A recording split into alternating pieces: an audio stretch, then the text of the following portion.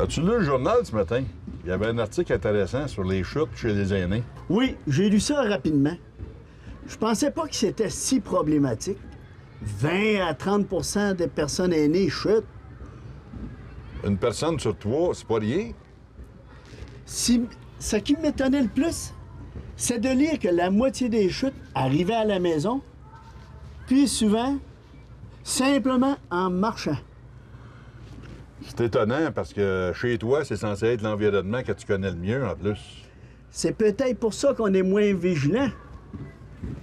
J'ai vu qu'il y avait une conférence sur les chutes le mois prochain. Je vais y aller pour me renseigner. J'ai bien envie de t'accompagner. Ça m'inquiète, ces histoires-là de chute. J'ai entendu parler que les personnes qui chutent, ça fracture la hanche. C'est la blessure la plus fréquente quand tu tombes. C'est vrai que de faire une chute, ça peut avoir des conséquences sur la qualité de vie. C'est un cercle vicieux. Lorsque tu as tombé une fois, tu as peur de tomber une autre fois. Alors tu sors plus, tu bouges plus, tu vois plus personne. Et puis c'est là que d'autres causes physiques et psychologiques arrivent. Finalement, ça vaut la peine d'être vigilant et d'avoir des comportements sains et sécuritaires pour éviter les chutes. Qu'en pensez-vous? Ouais, OK. C'est bien beau, les statistiques. Mais si, à cause qu'on a peur de tomber, on fait plus jamais rien, la vie va être plate sur un moyen temps, je te le dis. Imagines-tu? T'as bien raison. Tu sais ce qu'ils disent? Le meilleur moyen pour prévenir les chutes, c'est de bien manger et de rester actif. Suffit de prendre les précautions. Ça fait que... envoyer sur la patinoire. Tomber peut être un fâcheux accident bête, mais il existe plein de trucs pour éviter les chutes. Développer ou améliorer votre équilibre et renforcer vos jambes. Faites le plein de calcium et de vitamine D.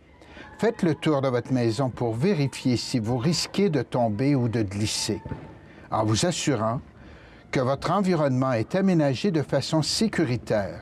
Vous réduirez vos risques de chute. Faites contrôler votre vue régulièrement une fois par année.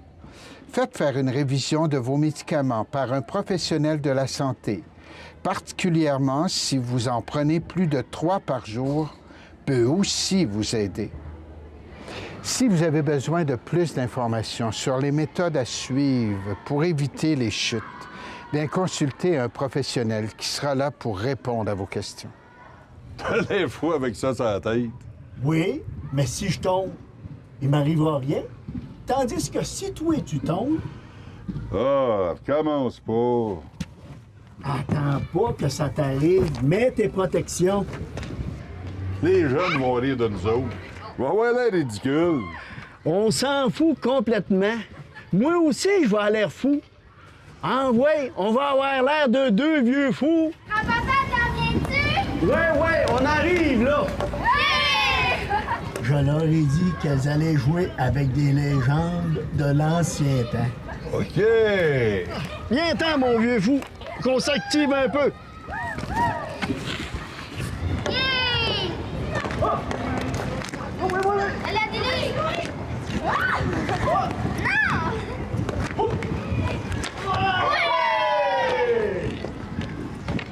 Eh bien, voilà. Demeurez actif dans le plaisir avec ses intérêts et ses capacités. C'est la meilleure façon de garder sa qualité de vie et son autonomie. Puis le faire en groupe ou avec des amis, c'est la meilleure façon de se motiver. Bien manger, sortir dehors, voir du monde, bouger tout ce qui bouge. C'est un remède parfait pour vieillir en santé et en sécurité. Et vous, que faites-vous pour demeurer actif?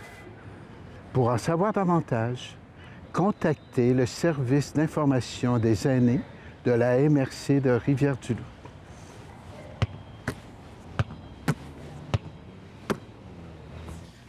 Qu'est-ce qu'elles ont, tes bottes, grand-papa? C'est quoi ça? Ça, ce sont des bottes de super-héros. Wow!